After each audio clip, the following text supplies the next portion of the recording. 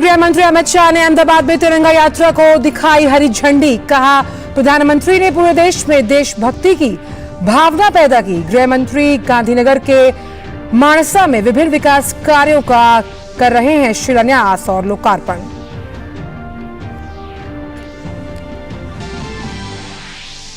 विदेश मंत्री doctor S Jaishankar ने कहा, आतंकवाद को किसी भी रूप में बर्दाश्त न करना अब भारत की विदेश नीति का है केंद्र बिंदु। कहा, भारत अब आतंकवाद को देता है मुंहतोड़ जवाब।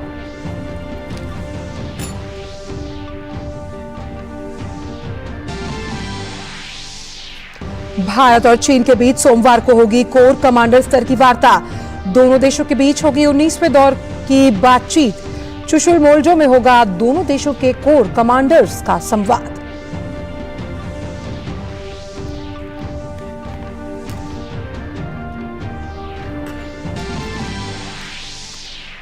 भाजपा अध्यक्ष जेपी नड्डा के पश्चिम बंगाल दौरे का दूसरा दिन। कोलकाता में पार्टी के मोर्चा संयुक्त सम्मेलन में होंगे शामिल। पंचायती राज सम्मेलन के समापन समारोह में लेंगे भाग।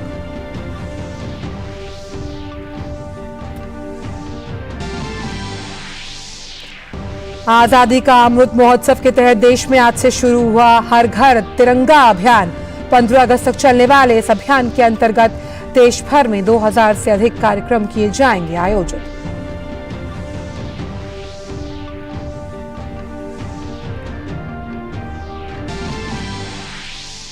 खेल की खबरों में भारत ने चौथी बार एशियन चैंपियंस ट्रॉफी का खिताब अपने नाम किया। रोमांचक फाइनल में मलेशिया को 4-3 से हराया। प्रधानमंत्री ने भारतीय हॉकी टीम को दी बधाई।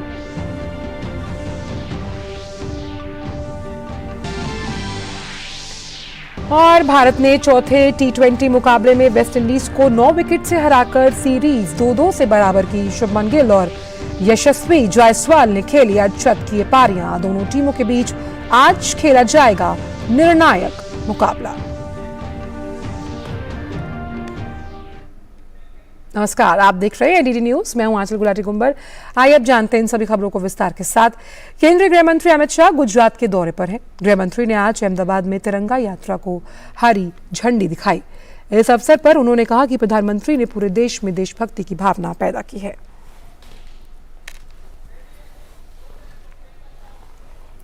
ने ये जो अभियान चलाया था, देश के हर बच्चे हर युवा के मन में देशभक्ति का ज्वार खड़ा करने का, मैं देख रहा हूं मेरे सामने हजारों लोग तिरंगा लेकर खड़े हैं। वो अभियान को मैं सफल होते हुए देख रहा हूं। केंद्रीय मंत्री अमित शाह ने आज अहमदाबाद के 16 में स्थित साइंस सिटी में क्रेडाई GAIHED द्वारा आयोजित सामूहिक वृक्षारोपण कार्यक्रम में भाग लिया। इस मौके पर उन्होंने वृक्ष में खाद, मिट्टी और पानी डालकर लोगों को वृक्ष लगाने के लिए प्रेरित किया।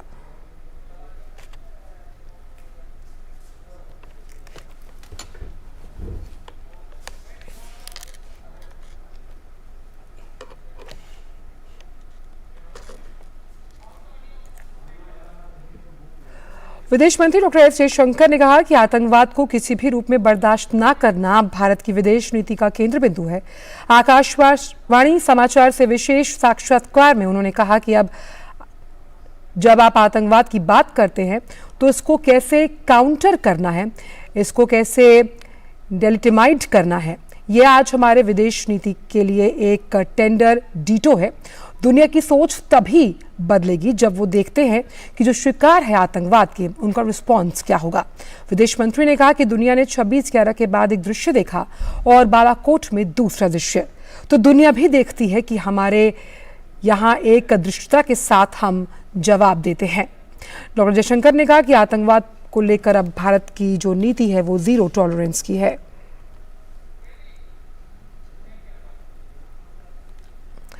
भारत और चीन के बीच सोमवार को कोर कमांडर स्तर की वार्ता होगी। दोनों देशों के बीच कोर कमांडर स्तर की वार्ता का ये 19वां दौर होगा।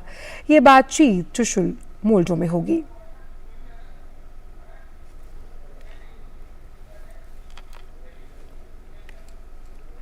प्रधानमंत्री नरेंद्र मोदी के आह्वान के बाद हर घर तिरंगा अभियान आंदोलन बन चुका है। प्रधानमंत्री ने अपने ट्विटर हैंडल की डीपी तिरंगा लगाते हुए सभी से अपने सोशल मीडिया अकाउंट की डीपी में तिरंगा लगाने की अपील की है।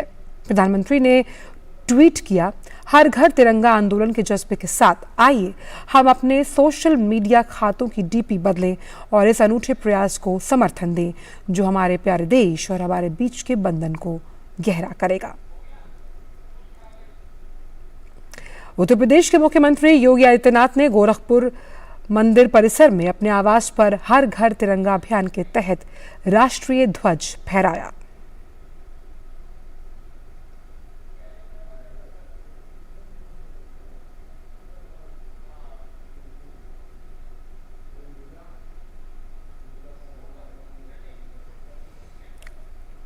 जम्मू कश्मीर के उपराज्यपाल मनोज सिन्हा ने आज श्रीनगर में तिरंगा रैली को हरी झंडी दिखाई। बड़ी संख्या में लोगों ने इस रैली में हिस्सा लिया। वंदे मातरम के नारों के साथ रैली की शुरुआत हुई। इस अवसर पर लोगों का उत्साह देखते ही बन रहा था।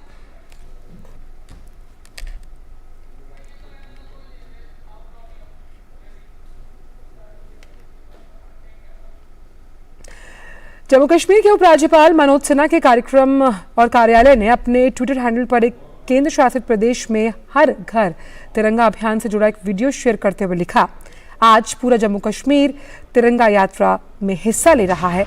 तिरंगा आसमान में ऊंचा लहरा रहा है। सड़कों पर उत्साह है। पूरे यूटी में पुरुषों, महिलाओं, युवाओं और वरिष्ठ नागरिकों की भागीदारी देश के लिए एक प्रेरणा है।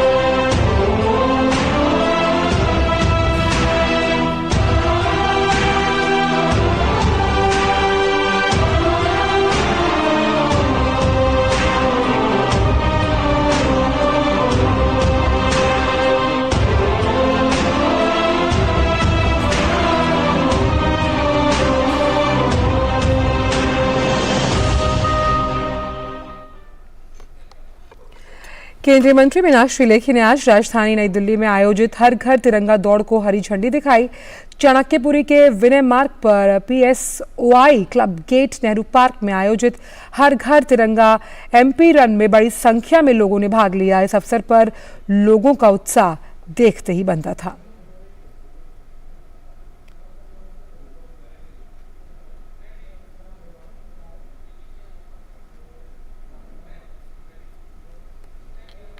भाजपा सांसद राज्यवर्धन सिंह राठौड़ ने जयपुर में तिरंगा बाइक रैली का नेतृत्व किया। जवानों के साथ साथ भारी संख्या में युवाओं ने तिरंगा बाइक रैली में भाग लिया। रैली में भाग लेने वाले बाइक सवारों के हाथों में तिरंगा था और वो देशभक्ति के नारे लगा रहे थे। इस मौके पर राज्यवर्धन सिंह राठौड़ ने कहा कि प्रधानमंत्री की अगुवाई में देश आगे बढ़ रहा है, मजबूत हो रहा है और भारत को विकसित राष्ट्र बनाने के लिए हर नागरिक को अपना प्रयास करना चाहिए। डेवलप्ड नेशन जब भारत होगा तो वो डेवलपमेंट का जो फायदा है वो हर नागरिक तक पहुंचेगा और उस संकल्प के लिए हर नागरिक को अपना प्रयास करना है। डेवलप्ड नेशन जब भारत होगा तो वो डेवलपमेंट का जो फायदा है वो हर नागरिक तक पहुंचेगा और उस संकल्प के लिए हर नागरिक को अपना प्रयास करना है। डेवलप्ड नेशन जब ग्रेटर नोएडा में स्थित नगला शरीफ गांव के सरकारी स्कूल के बच्चों ने हर घर तिरंगा अभियान में हिस्सा लिया। ये देखते हैं। तो बच्चे भी बढ़ चढ़कर शामिल हो रहे हैं हर घर तिरंगा अभियान को आगे बढ़ाने में।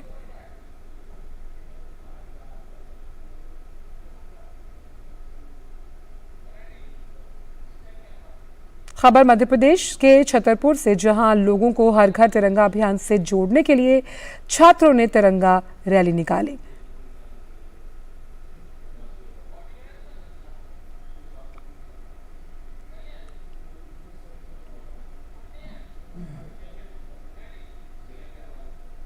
15 अगस्त को नई दिल्ली में होने वाले आज़ादी के जश्न में शामिल होने का बुलावा मिलने पर स्वास्थ्यकर्मी और नर्सिंग अधिकारियों में जबरदस्त उत्साह है। स्वतंत्रता दिवस समारोह में बुलाए जाने वाले स्वास्थ्य कर्मियों ने प्रधानमंत्री का आभार जताया।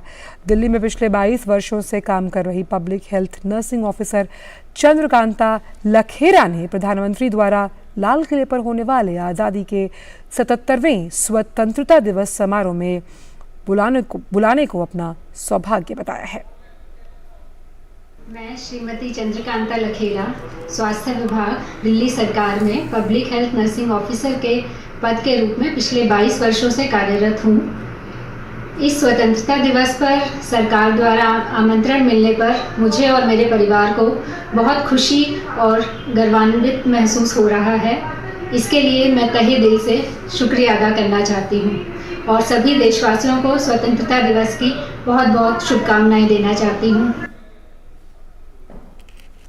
नई दिल्ली के राम मनोहर लोहिया अस्पताल की सीनियर नर्सिंग ऑफिसर निधि बेला जश्न आज़ादी के कार्यक्रम की साक्षी बनने को लेकर काफ़ी उत्साहित हैं। उन्होंने कहा कि पहली बार वो पति संघ स्वतंत्रता दिवस समारोह देख पाएगी। मेरा नाम निधि बेला है। मैं सीनियर नर्सिंग ऑफिसर के पद पर काम करती हूँ डॉक्टर राम मनोहर लोहिया अस्पताल में। मुझे और मेरे पति संजीव सिंह को इस बार के स्वतंत्रता दिवस के समारोह में आमंत्रित किया गया है। ये हमारे लिए बहुत सौभाग्य की बात है और हम इसके लिए हमारे प्रधानमंत्री श्री नरेंद्र मोदी जी और सरकार का धन्यवाद करते हैं। नई दिल्ली के सफदरजंग अस्पताल के नर्सिंग ऑफिसर गंगाधर डार को भी स्वतंत्रता दिवस समारोह में बुलाया गया। वो इस बुलावे को लेकर काफी उत्साहित है। मेरा नाम गंगाधर डारा है। मैं सफदरजंग हॉस्पिटल न्यू दिल्ली में नर्सिंग ऑफिसर की पोस्ट पे पिछले 4 साल से कार्यरत हूँ। जो इस बार 15 अगस्त पे लाल किले पे कार्यक्रम होने जा रहा है उसमें मेरे को उन नर्सेज में शामिल किया गया है जिसको एज ए स्पेशल इनवाइटी इसके अंदर आमंत्रित किया गया है। आज़ादी के अमृत महोत्सव के अंतर्गत वाराणसी में बनारस रेल कारखाना द्वारा 3 दिवसीय चित्र प्रदर्शनी का आयोजन किया गया।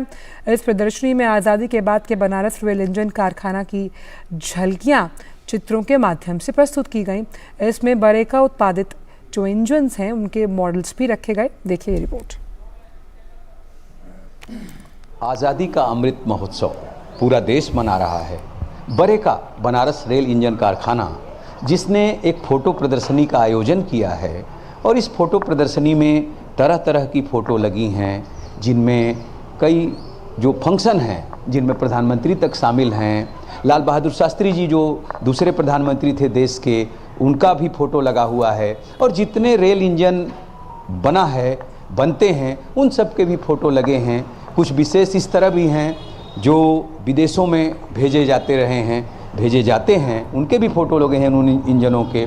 और यहाँ पे बच्चे फ़ोटो प्रदर्शनी देखने आ रहे हैं। एक बच्ची है जो देखने आई है। ने क्या देखा इसमें फ़ोटो प्रदर्शनी? यहाँ पे जो इंजन का है तो मेरे को बहुत अच्छा लगा देखने पे बरेका का, और जो बहुत से इंजन जो है विदेश में भी जाके वहाँ पे वो चलते हैं। यहाँ पे से दिखाया गया कि ऐसे प्रधानमंत्री जैसे झंडा दिखा रहे हैं और इंजन की कुछ जैसे यहाँ पे फ़ोटोज़ में पार्ट्स दिखाया गया। वहाँ पे कुछ ओल्ड फ़ोटोज़ भी हैं जिसमें दिखाया गया कि ऐसे ऐसे कुछ पार्ट्स हैं उसमें, और ये कुछ लोग हैं जो कैसे कुछ कर रहे हैं। क्या क्या देखने को मिला, क्या सीखने को मिल रहा है यहाँ फोटो में? इसमें इंजन यहाँ पर है और लोको पायलट है और यहाँ पर 2019 से लेकर 2021 तक का जो ट्रेन है उन सब का फ़ोटो है। यहाँ पे मैंने अलग अलग मॉडल के इंजन देखे और यहाँ पे अंकल लोग काम करते हुए दिखे हैं और यहाँ पे प्राइम मिनिस्टर झंडा दिखाए हैं। इस फोटो प्रदर्शनी में छोटे छोटे नौनिहाल अपने अपने अंदाज में इंजन के मॉडल फ़ोटो देख रहे हैं और अपनी तरह से व्याख्या भी कर रहे हैं। अपनी तरह से अपनी समझ को उस लेवल तक ले जा रहे हैं, समझ पा रहे हैं अमृत महोत्सव के इस फोटो प्रदर्शनी के उद्देश्य को। और पूरा होता भी दिखाई दे रहा है क्योंकि वो बरेका द्वारा बनाए गए इंजनों के बारे में देख रहे हैं, प्रधानमंत्री द्वारा दिए गए योगदान को देख रहे हैं। और यही तो चाहिए इस फोटो प्रदर्शनी के माध्यम से कि बच्चे जो हमारे नौनिहाल हैं, देश के भविष्य हैं, वो जान सकें कि हमारा देश किस तरह से प्रगति कर रहा है। Doctor Harkesh Bahadur Singh Gautam, DD news, Bareka, Varanasi. आज़ादी का अमृत महोत्सव के तहत प्रधानमंत्री के आह्वान पर वीर शहीदों और स्वतंत्रता सेनानियों को याद करता मेरी माटी मेरा देश अभियान पूरे देश के कोने कोने में जन आंदोलन की तरह मनाया जा रहा है।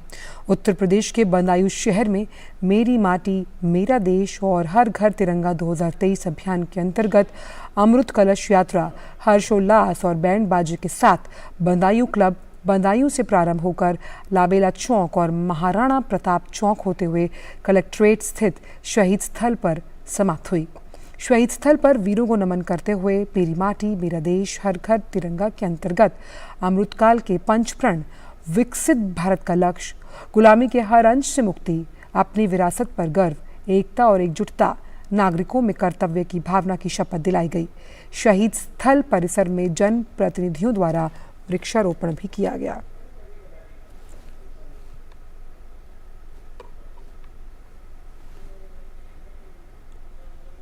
देश भर में 14 अगस्त को विभाजन विभीषिका स्मृति दिवस मनाया जाएगा। इस अवसर पर ओडिशा की राजधानी भुवनेश्वर में एक कार्यक्रम का आयोजन हो रहा है, जिसमें केंद्रीय शिक्षा मंत्री धर्मेंद्र प्रधान शामिल होंगे। भारत के विभाजन की कहानी 1947 के विषय पर आयोजित इस कार्यक्रम का शुभारंभ ओडिशा के राज्यपाल गणेशी लाल करेंगे। इस कार्यक्रम का आयोजन भारतीय ऐतिहासिक अनुसंधान परिषद शिक्षा मंत्रालय के सहयोग से कर रहा है। इस अवसर पर भारत के विभाजन की कहानी की थीम पर 14 से 18 अगस्त तक एक प्रदर्शनी का भी आयोजन किया जाएगा। 15 अगस्त को स्वतंत्रता दिवस समारोह में भाग लेने के लिए सभी लाइनों पर दिल्ली मेट्रो की सेवाएं सभी टर्मिनल स्टेशन से सुबह 5 बजे शुरू होंगी। सुबह 6 बजे तक सभी लाइनों पर 30 मिनट के अंतराल पर ट्रेनें चलेंगी। वहीं सुबह 6 बजे के बाद ट्रेनें सामान्य समय सारणी के अनुसार चलेंगी। उधर दिल्ली मेट्रो रेल कॉरपोरेशन ने ट्वीट कर जानकारी दी कि सुरक्षा कारणों की वजह से 14 अगस्त सुबह 6 बजे से 15 अगस्त दोपहर 2 बजे तक मेट्रो स्टेशन पर पार्किंग सुविधाएं बंद रहेंगी। दोपहर 2 बजे के बाद पार्किंग की सुविधा बहाल होगी। और स्वतंत्रता दिवस से पहले जम्मू कश्मीर में सुरक्षा व्यवस्था बढ़ा दी गई। जम्मू कश्मीर के पुलिस महानिरीक्षक अजय कुमार यादव ने बताया कि प्रशासन ने सुरक्षा के पुख्ता इंतजाम किए, सभी तैयारियां पूरी हो चुकी हैं। फोर्स मैदान पर सतर्क है और प्रशासन किसी भी स्थिति से निपटने के लिए तैयार।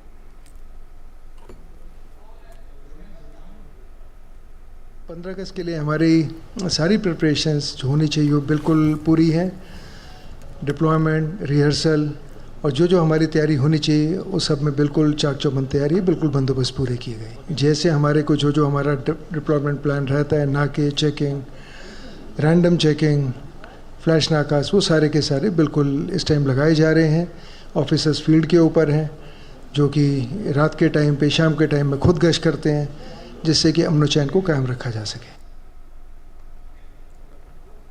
भाजपा के राष्ट्रीय अध्यक्ष जेपी नड्डा पश्चिम बंगाल के दौरे पर हैं। जेपी नड्डा ने आज अपने दिन की शुरुआत दक्षिणेश्वर काली मंदिर में पूजा अर्चना के साथ की है।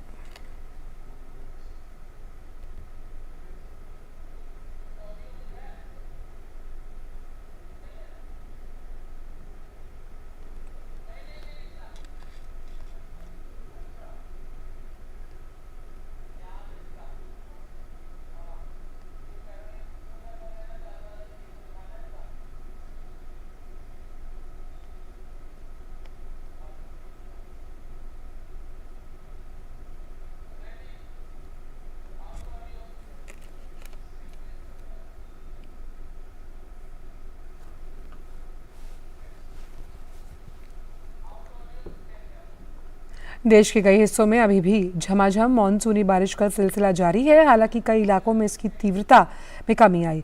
मौसम विभाग ने आज उत्तराखंड में बारिश का पूर्वानुमान जताया। मौसम विभाग ने कहा कि उत्तराखंड में आज और कल अत्यधिक तेज वर्षा होने की संभावना है। हिमाचल प्रदेश, पंजाब, हरियाणा, उत्तर पश्चिमी उत्तर प्रदेश और पूर्वी उत्तर प्रदेश में भी दोनों दिन बहुत तेज बारिश की आशंका जताई गई। पश्चिम बंगाल और सिक्किम में भी बहुत तेज वर्षा होने का अनुमान जताया है।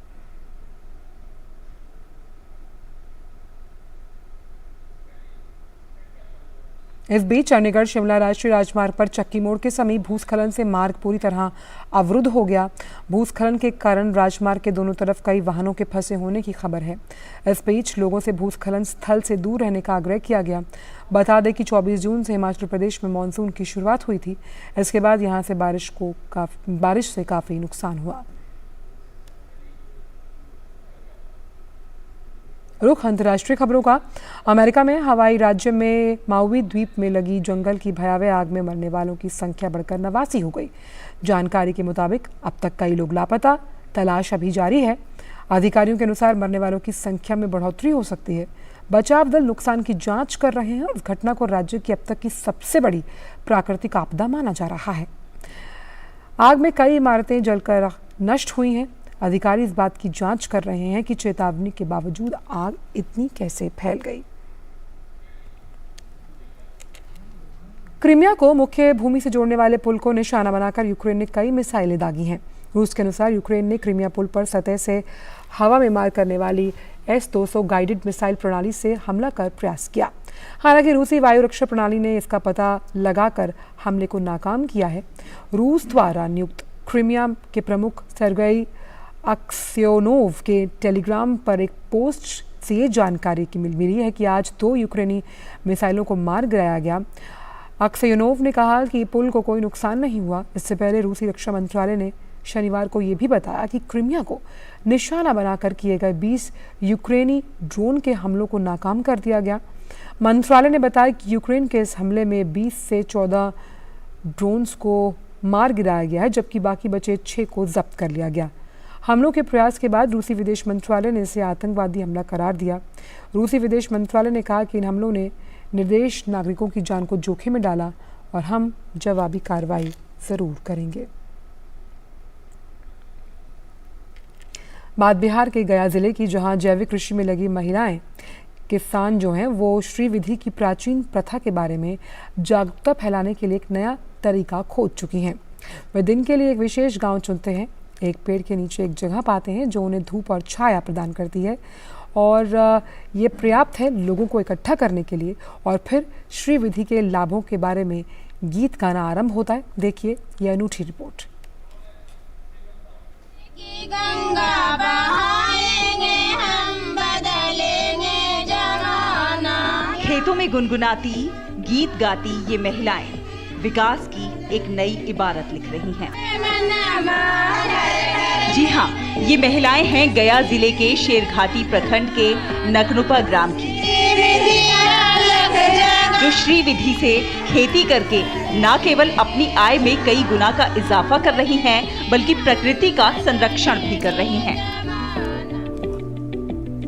दरअसल श्रीविधि खेती करने का एक ऐसा तरीका है जिसमें कम लागत और कम पानी की जरूरत पड़ती है और उत्पादन अच्छा खासा होता है।